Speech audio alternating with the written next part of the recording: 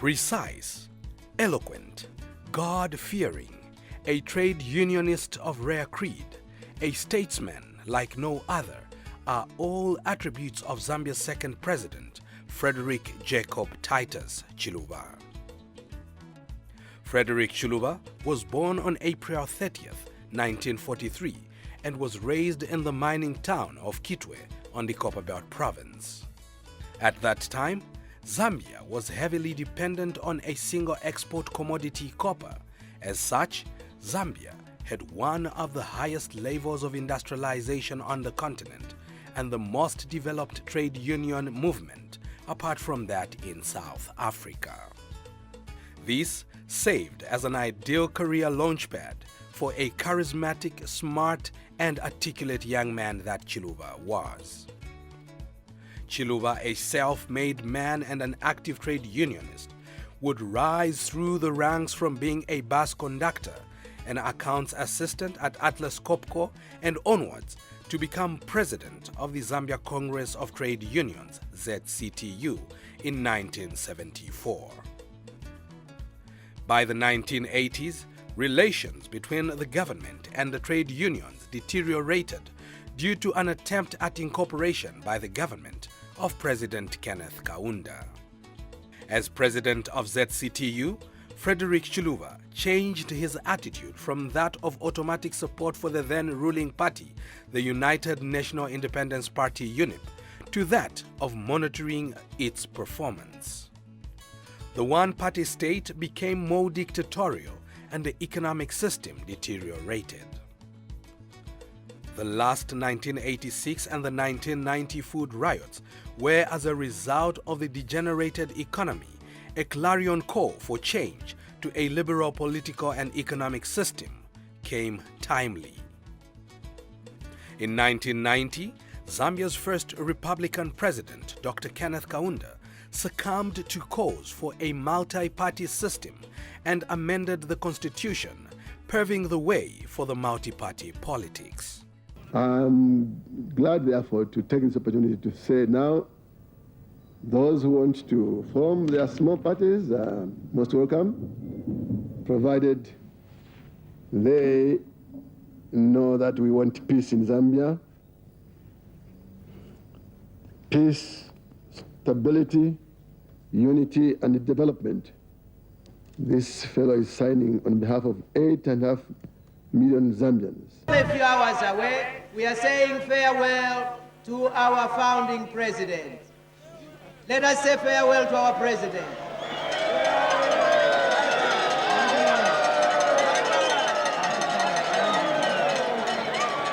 Bye-bye, Dr. Kaunda. The hour.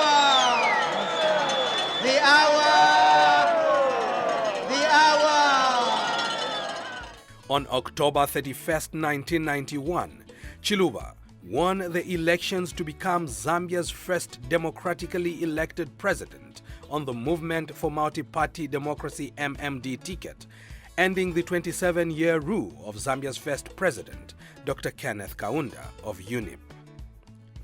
President Frederick Chiluba was sworn in as second Republican president on November 2nd, 1991, witnessed by a mammoth crowd at the High Court with 83% of the vote and 125 of the then 150 seats in the National Assembly.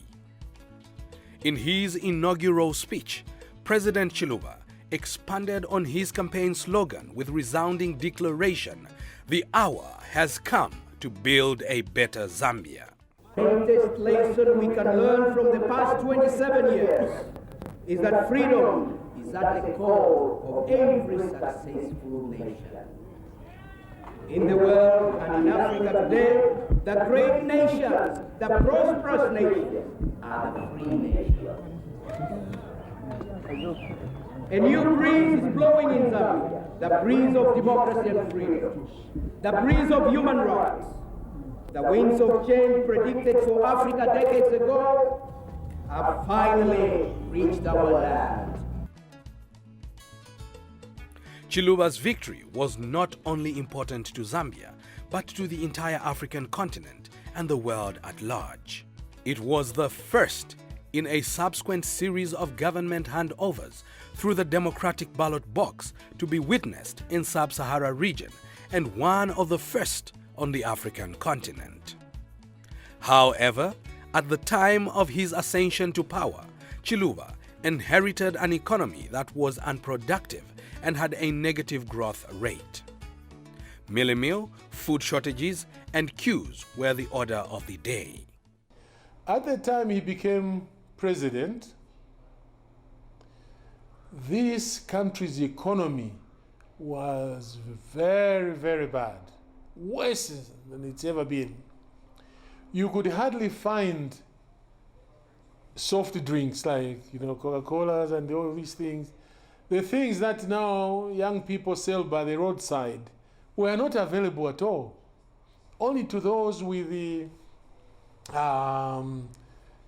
foreign exchange would go to buy from the shops that were there, foreign exchange shops, that only accepted the foreign exchange. During his time, when he came into power, there was a lot of suffering. Basics were not available. People had to travel to Zimbabwe to go and buy soap, toilet paper, things like that. Meal, our mothers had to queue at state shops at 4 a.m. in order to buy meal for their families. So that was the state of the economy that Dr. Chiluba assumed. At that time, the Zambian economy was undergoing turbulent times. The country was also highly indebted, and there was need for a wide range of reforms. Chiluba immediately embarked on an economic transformation agenda through the Structural Adjustment Program with the help and knowledge of donor countries and the International Monetary Fund, IMF, and the World Bank. During that time, we had to introduce what was known as a Structural Adjustment Program to really adjust, to structurally change the economy of Zambia. It meant many things. To some, when we closed some of the businesses, state businesses that were not making money, had they been in private hands, they would have been long liquidated. But being state companies, they depended very much on the finances of Zanaco. So Zanaco was the one suffering and bearing the brunt of supporting state companies. Dr. Chiluba, I recall very well, at one meeting we said, but President, we can't go on with this structure program, which people had started calling Satana Ali Pamushi. Yes, that SAP was called. I said, President, let's abandon this thing. It's not making us unpopular. President Chiluba said, no, the issue is not to be popular or become unpopular. What we are trying to do is to suffer today in order to have a better tomorrow. President Chiluba instituted a series of remedial market-oriented reforms, such as the removal of subsidies on maize meal and petroleum products, the liberalization of foreign exchange, and the privatization of public enterprises. It was in fact the liberalization agenda upon which Chiluba was elected as president. Zambia, under Chiluba, then implemented the Enhanced Initiative for Heavily Indebted Poor Countries, HIPIC.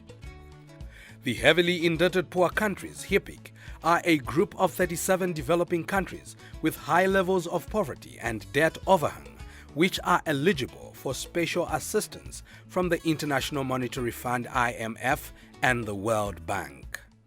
Perhaps the international community could consider urgent and appropriate remedial action before these programs become instruments for further impoverishment. The debt overhang continues to plague many developing countries, especially in Africa. The heavily indebted poor country HIPC initiative is a welcome initiative. However, for the case of Zambia, it has been recognized that for social development to take place, we need more than HIPC. We need to ease the conditions for HIPC accession, such as the length of completion, and also consider complete debt cancellation. We were undertaking economic reforms seriously, and we were facing a very fundamental transformation in the way the economy was being run. One of them, which I'll point to even before I come to it, is the fact that the economy used to be dominated by public enterprises and parastatals. And we had to change this to what you see today, where the private sector dominates the economy. As a born-again Christian with evident genuineness in his passionate prayers, President Chiluba showed his commitment to God by declaring Zambia as a Christian nation on December 29, 1991. I have now entered into a covenant, Lord, with the living God, and therefore I want to make the following declaration. I declare today that I submit myself as president to the Lordship of Jesus Christ. Hallelujah. I likewise submit the government and the entire nation of Zambia to the Lordship of Jesus Christ. Amen. I further declare that Zambia is a Christian nation. At this declaration, some among the clergy were enthused and supported the declaration, which over the years has become a point of diverse discussion. Looking back now, it is interesting to observe the fact that the declaration of Zambia as a Christian nation has become a controvertible arrangement. And that's a bit of a concern. But I'm one of those who needs to be able to state that the declaration of Zambia is here to stay. This was a legacy issue for Dr. Chiluba. He was aware that it would go beyond himself, and it needed to be. This declaration is now in the hands of the people. Foreign exchange was not easy to access in the pre-Chiluba time. However, this was eased when the Chiluba government adopted the free market policy. As part of President Chiluba's economic reforms, the Zambia Revenue Authority, ZRA, was formed on 4th April 1994 as a corporate body with independent conditions from those of government. Under the new liberalized economy, the government made policy decisions that led to the changing of the features of the Zambian currency from one bearing the portrait of the head of state to one which bore important national monuments that characterized the rich culture and heritage of the Zambian people. President Chiluba's government has been credited for encouraging Zambians to adopt the spirit of entrepreneurship. Today, we see many Zambians engage in their own small-scale businesses, thus reducing the levels of unemployment among the citizenry. These economic interventions and other remedial reforms would have yielded positive immediate and long-term outcomes. As many who interacted with him say, President Chiluba was a leader who had a heart for the people.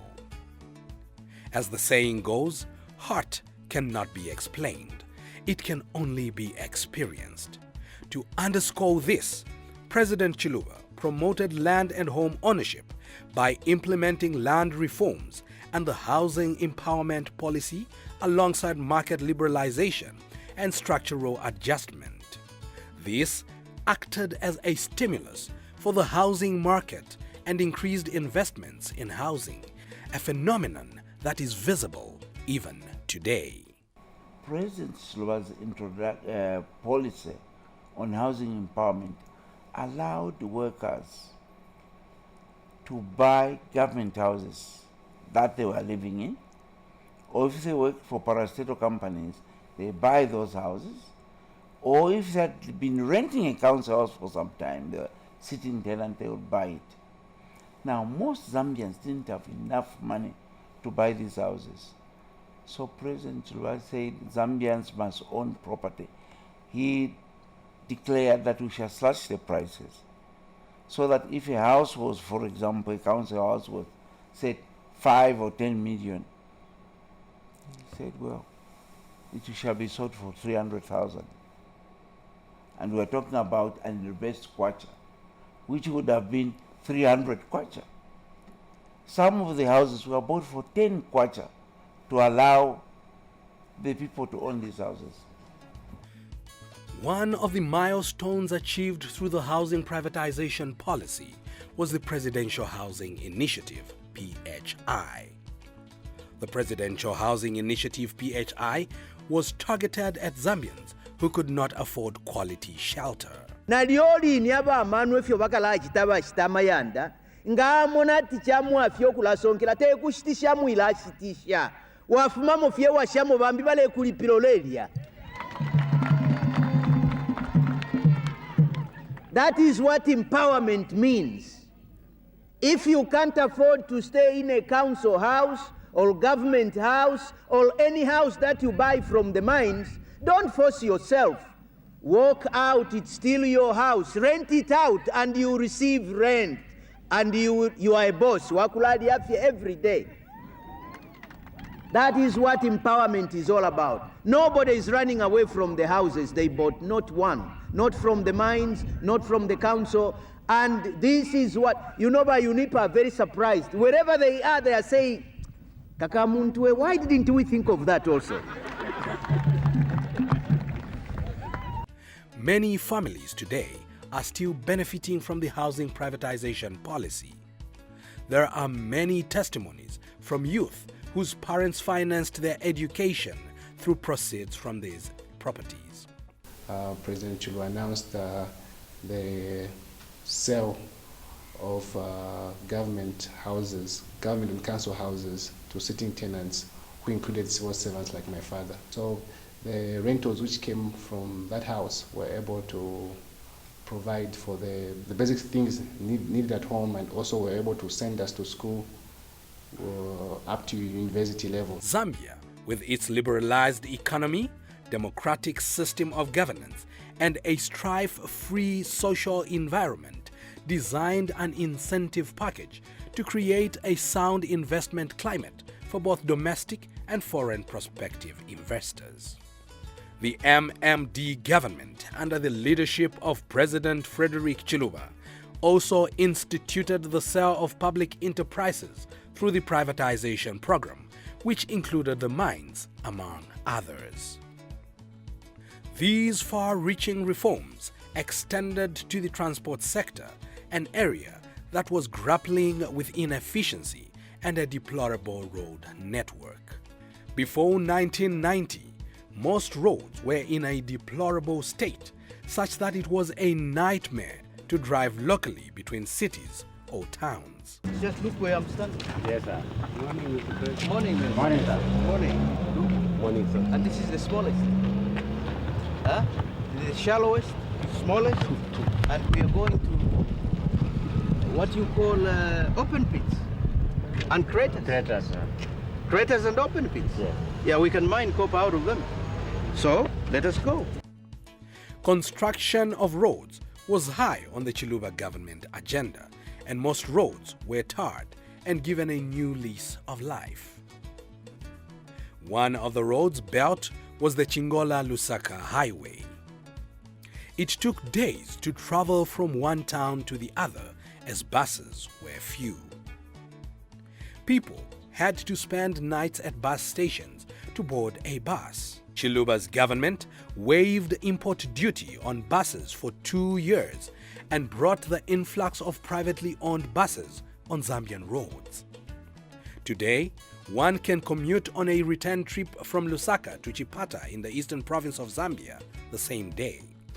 For the transport sector, I think he did Zambia a great service, because if you remember, UBZ was collapsing. UBZ. When the time of UBZ was there was long queues of people. The liberalization of the transport sector has brought competition. Hence, it has brought proper transport network. I mean, today, if you want to go anywhere, you got these small buses, you can jump in and quickly reach your destination. Before, it could take you hours and hours. In the education sector, Chiluba embarked on building basic schools across the country with the help of Japanese International Cooperation Agency, JICA. Today, we see many basic schools in almost all townships, which were as a result of the Chiluba administration. The MMD government introduced user fees in both education and health to help build and maintain the services. Chiluba's government also embarked on providing health facilities at people's doorsteps. This saw the upgrading and building of clinics in townships to provide quality health care as close to the family as possible. As one of Africa's pioneering democrats, President Chiluba's democratic crusade extended beyond Zambia's borders. He quickly became a statesman of world repute and one of the most coveted leadership figures with some of the finest oratory abilities. His captivating speeches left people of all creed and caliber in awe. Mr. Chairman, that is why this forum, therefore, accords us the rare opportunity to influence the definition of a collective global agenda of common action to address poverty, underdevelopment, and the iniquitous economic relationships that are designed to consign the majority of the world population to poverty and marginalization. As an icon of African diplomacy, President Chiluba did not delight only in making Zambia a beacon of democracy, but understood the value of ensuring peace, good governance, and peaceful government transitions in neighboring countries, and thus became the peacemaker that would step up to broker peace deals in Angola and the Democratic Republic of Congo. In the area of peace initiatives, you recall that in October 1994, he was the mediator for the Angola peace process. And the Lusaka Protocol on Angola was signed by President José Eduardo dos Santos and Dr. Jonas Savimbi here in Lusaka. President Chiluba sent me on many missions to Angola to meet President José Eduardo dos Santos, and also UN missions to the border area between Angola and Zambia. He did the same in the Democratic Republic of Congo, where he managed to end the war in that country by breaking a peace deal between the late Joseph Désert Kabila and the Mobutu regime, and later between Kabila and the warring factions in the Democratic Republic of Congo. In August 1998, there was a rebellion in the Democratic Republic of the Congo. The SADC region, because they knew of the expertise and the experience of President Chiluba, they unanimously appointed him mediator of the Congo peace process. He was to successfully broker a ceasefire in July 1999. Not only did he broker the ceasefire, but President Chiluba's initiatives were worked and was able to obtain the ceasefire from the founding members of that movement, fondly called the Fondateur. During President Chiluba's tenure of presidency, people freely associated and expressed themselves without fear of being haunted by state agents. The press was also free to criticize him without them getting reprisals. By the end of his tenure in 2001, real GDP grew at a rate of 3.5%, and inflation fell to its lowest in the preceding 2 decades. President Chiluba was a well-rounded, socialized human being to whom was ascribed many attributes. President Frederick Chiluba died on 18th June 2011, so June 18th every year is observed as Memorial Day of the passing on of Zambia's second Republican president, Frederick Titus Jacob Chiluba. Since his demise, there has been an outcry from concerned citizens that the man had never been remembered in any way, despite the good works that he did during his tenure of office compared to other leaders who have lived in Plot 1. The way President Chiluba, the late, has been treated from the time that he left office up to this time in the grave, I haven't been too comfortable with this kind of an arrangement. Yeah, today anyone who talks about Chiluba would talk about the bad side of Chiluba, the perceived bad side of Chiluba. But Chiluba to me was an angel. The tribulations that he went through at the very hands of his friends. Yeah. Dr. Chiluba did not suffer indignity at the hands of his enemies, whatever. No, he suffered at the hands of those very people that he himself chose, indeed. The late President Chiluba, popularly known as FTJ, was so many things to so many people he interacted with. He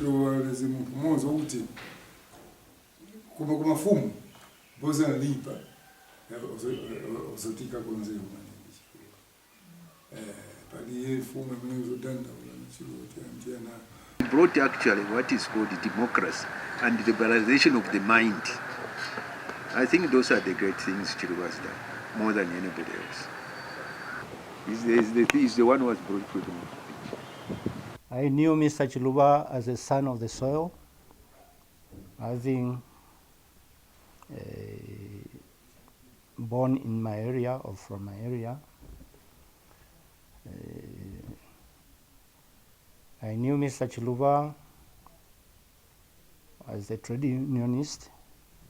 When he became the Republican president, the second Republican president, he did a lot for this country. One, you talk about the freedoms that we are enjoying. Freedom of assembly, freedom of the press, freedom of association, name it. It was Dr. Chiluba. I think such things were not there before. So in my opinion, we should continue to respect our leaders and pray for them and wish them the best, indeed. But certainly respect for leaders should be there.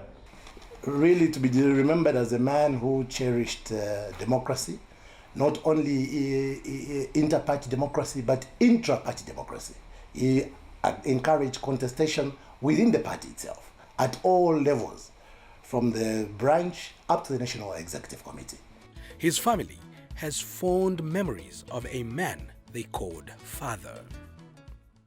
The second term into resignation, we had become grown-ups. And so you see even the shift in relationship from father to confidant, father to friend, and that sort of thing. It's one of those very indelible things that you miss to this day. You know, is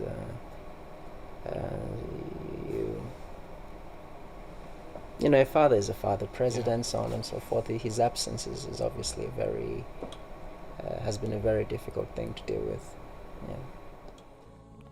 President Frederick Titus Jacob Chiluba left so much that we all can celebrate about his life.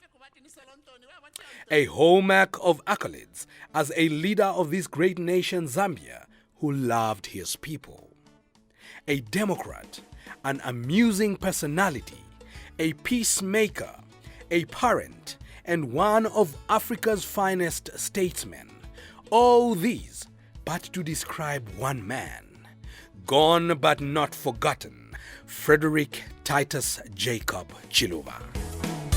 Mwimbona kufuala matai, temukalale na fiadilwe, mwimbona majeke chokulepa, nandibona likwata kwesu, shabanga bana banomba, bashaishi boko bafuma.